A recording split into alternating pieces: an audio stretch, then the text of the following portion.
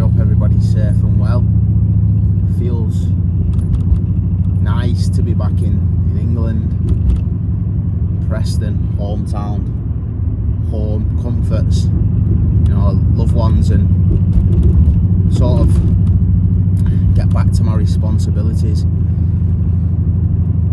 You know, over this little journey that I've been on over the last year, like really doing exactly what I need to be doing. You know, I'm coming up to a year clean. Sort of realised that, you know, I can't change everyone's mind, and I can't make people start doing things differently. But what I can do is sort of encourage people and sort of like give a wider perspective on what life has to offer, and that's just basically what I'm gonna do. You know, I don't do it just to boast, but I do it to like point out the fucking obvious, because some people can't just rely on the spoken word. You know, they need evidence. And I want to just carry my message, you know, hold myself accountable for especially the place that I come from, and, you know, the sort of expectations and what I had on my life of the community that I grew up in. Really, you know, I've just come back off a little adventure. You know, it's the first time I've ever sort of travelled alone, and you know, when I got clean and I stopped taking drugs and going out at the weekends and stuff, you know, I felt a bit lost and a bit lonely, because, you know, the crowd that I followed and the crowd that I had around me, all we had in common was just that, you know. And I wanted a new life. I wanted a new way to live. I wanted a new perspective. I wanted a new experience. You know, I wanted to live in a higher level of living. You know, I wanted to squeeze the fucking juice out of life. I wanted more for myself than that same old shit, the same old places, chatting the same old fucking rubbish, living the same experience. And it's took a lot of action and a lot of courage and a lot of faith to sort of, let's say, embark on this journey of a new way to fucking do things. And, you know, I want to come back and present people with the evidence that, you know, this thing's possible for everybody, and anyone that chooses to do so. You know, you'll get out of life exactly what you want from it, exactly what you ask from it. You know, life will give you exactly what you ask.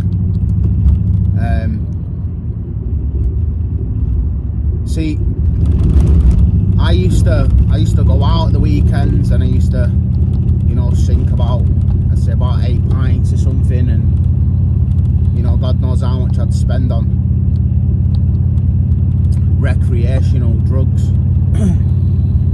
And you know, I'd just waste weekends. I'd piss weekends up the wall and fucking literally get up on a Sunday and have no fucking new experience, you know. And in the beginning, in my younger days, as like a teenager, 18, 19, 20, you know, it was quite fun in the beginning, but after 15 years or so, it just seemed to fucking die off. But I continued to do the same thing.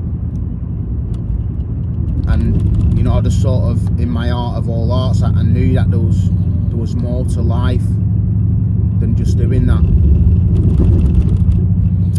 And as I said, when I stopped taking substances, you know, I felt a bit lost, and the things that I thought that I was interested in, and the things that I was drawn towards, and my belief system in the things that I like to do, sort of all fell to the wayside. You know, I didn't fucking understand who I was anymore. You know what I mean? I didn't have any identification with anything. I didn't have any experience or the courage to go out and try new things, because I was just lost. You know, that's all. The only heightened level of experience of life for me was under the influence of substances. And it's a sad state of affairs, really, because, you know, there's a lot of people out there that continue to do that. As I said, I've only got my experience, and I wanted to share that. I wanted to share that the evidence. You know, I am the evidence. You know, when I express my life on a social platform to encourage people to change, because that's all I can do. You know, I can't force anything upon anybody, and I don't want to do it from a place of like thinking that I'm boasting. You know, I just want to do it because I want to present people with the evidence. Because when I went and needed direction, I had to go somebody who could provide me with the evidence that was armed with the facts. You know, that there's a different way to do things, there's a different way to live, there's a new experience to be had for anybody that asks for it, that wants it, that is willing to do whatever it takes to go there. Say, when I used to go out, I used to spend a shitload of money on alcohol and other recreational substances, to say the least. And, you know, I worked out, you know, around every month, it probably cost me about £400, £500, and that is being very generous. You know, when it comes to shit food the day after, takeaways, taxis, alcohol, recreational substances, and just the whole fucking fast life in general, or what I perceive to be the fast life. I'd say about £400-500. God knows how much time I wasted doing that. You know, I wasted so much of my fucking life, you know, growing up into being an adult, doing that, you know, nearly 15 years, and, you know, piecing the weekends together. It adds up to quite a lot of time. I'd say I spent at least 2 or 3 years with just the days put together, just living the same experience, just doing the same thing, convincing myself that was the best idea of fun or joy and freedom, and having that comfort. I lost all my identification with who I was at the time when I stopped doing that stuff, you know what I mean, because that's all I had. All my friends and the people, places and things that connected me to the identity that I built for myself was all revolved around using substances or recreational drugs or alcohol or whatever you want to call it. And I felt completely lost at first, so I wanted to sort of find a new experience. And, you know, the times that I would usually waste, you know, I had to fill them gaps. You know, I had to do something to change. And I went on a little journey to sort of got encouraged to go on this journey to it was a Croatia convention last year, and when I landed there, you know, I literally used about 2 weeks before, and I just knew if I made it to that fucking airport clean and sober that day, if I'd have stayed clean for one more fucking day and made it to that airport, got on that plane, something was going to change. I just knew, and I managed to do so. You know, I just went home and I got in bed and fucking got my head under the fucking quilt, and I lay there for hours, and I just held on.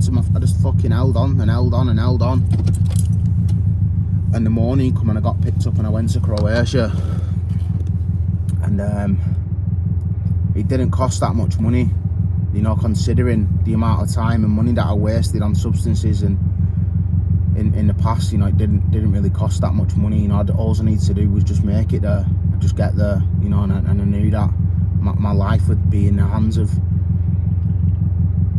somebody else, you know, something else. Faith, courage, hope. And that holiday changed my life. It completely changed my life. You know, I was on a boat. I was having a boat party in the middle of the sea in Croatia, and everyone was just dancing like nobody was fucking watching. And it sounds ironic, but no one gave a fuck. Everyone was just dancing, so free. Everyone was happy and smiling and laughing, and there was so much communication and rapport on the boat, you know, and was out floating in the middle of the sea, and nice music and nice people, and I found so much identification. And when I seen everybody that was just happy, joyous and free and living life, and there wasn't a drop of alcohol or substances for miles around, no one was under the influence of any substance, and everybody was just living in the moment. And you know, somebody come up to me and said, I'm just staring into the I'm just sat on the boat, just staring into the abyss, you know, just staring into the fucking horizon, watching the sun. And somebody come over to me and just whispered in my ear, like, how did you end up here? And the fucking hairs just rose on the back of my neck, and and at that moment I realised, you know, that there's so much more to life than taking drink and drugs. And from that day on, I've never used. You know, I feel a little bit emotional for talking about the story, because that's what happened for me. You know, and after that I sort of realised, you know, that my heart and soul and me as a person sort of found that freedom in travel. And you know, going back to the point of, I used to spend about £400-500 on substances, and I used to waste the weekends just doing the same thing. And so I got myself my free weekend. You know, I got myself my weekend, and you know, I did like 4 days, which I'd usually do which I'd usually waste away when it comes to fucking using, you know, at least. So that I waited till the end of the month, you know what I mean? And I took care of my responsibilities, and I stayed in, and I did what was right, and I be of service to others when my time needed to be. You know, when I had the opportunity to serve, I did that, and I sort of pieced my weekends together so that I didn't miss that old life, you know what I mean? And I looked for every opportunity to do something for somebody else, whether it's going to a meeting to fucking carry my message of recovery, or ring somebody and ask them if they're all right, and if they need a chat, you know, picking up the phone, and sort of always putting myself in a position to put my hand out and be of service to somebody else. And when I got past them weekends, you know, I got to my weekend, the 4 days that I'd give myself, because 4 days out of a month isn't very much to ask for, when I used to be so selfish and self-centered and waste at least 3 days a week just doing fucking nothing, living the same experience. And I give myself a £400 budget, and I went online and I booked a holiday, and I managed to get to Morocco in Marrakesh, you know, which cost me no less than £175. You know, I had a little bit of spending money, and I paid £30 for a good friend of mine to transport me to the airport, which he didn't want the money. I just give it him for free will, you know, and costs of fuel and the time it took. He left me with £200 and 4 days in Morocco, in Marrakesh. And when I landed there, I was you know, I was lost. It was the first time I'd ever done something like that. I was alone, completely lost and on my own, like. And you know, the first thing I did is I got on my fucking knees and I prayed. I stopped, I breathed, I realised I was alright, and you know, I found a little trip which cost me about £80 from Morocco in Marrakesh, and you know, travelled to the Sahara Desert and went had the pleasure to meet a camel and got on a camel and walked through the Sahara Desert as I watched the sunset. We camped down for the night, we lit a fire, there were drums and dancing, and we was all dancing in a circle with people that I'd never even met before, people that didn't even speak English, and we danced until the early hours in the morning. And you know, I literally didn't say a fucking word to anybody because we didn't understand each other, but the feelings and the emotions that I got from that experience was something that I'd never felt before, and it was definitely an experience that I'd never lived before. And you know, I got up at 5 o'clock the following morning and I watched the sunrise in the Sahara Desert, and then I rode a camel back for an hour and a half and got back to Marrakesh. And the first thing I did was I got on my knees and I prayed. And yeah,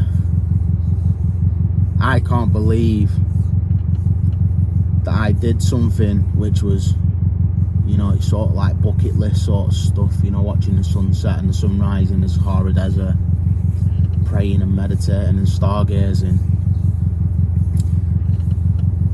you know, dancing around the campfire till the early hours of the morning, playing drums and other musical instruments and chanting and meeting new people for the same price and for the same time scale that I used to waste every month is exactly what I asked for, to say the least. It's been a beautiful experience, and I can't wait to do it again. I can't wait to organise and come back to Preston and be of service to anybody that needs help, and encourage people to make change, and get to a meeting tonight which is in my local area, Preston. You know, it's in Plungington Community Youth Centre. I go to that meeting every single fucking Sunday, whether my fucking life depends on it, because that's where my using started. I go to that recovery group every Sunday at 7 o'clock in Plungington Community Youth Centre to carry a message of experience, strength and hope, because that is where my using started. That's where my life started to fucking erode. And I go back now to be of service, so that if anybody that walks through that door from that area has no fucking excuse to leave, and you have every possibility of living a life beyond the fucking wildest dreams, beyond the fucking expectations of they ever could believe from themselves. That's where it's at for me. That's where it's at for me. That's where I need to be. I need to be going back to my hometown where my using started, and carrying a message of experience, strength and hope to the addict that still suffers, because it fuels a life beyond what I could ever expect from Neil. It's a beautiful Sunday. I'm not here to brag or boast, but I'm happy, joyous and free. And I just wanted to share my experience, you know, be the evidence, present you with the facts, encourage people to change. I hope everybody's safe and well. I hope everybody has a blessed Sunday. Stay connected.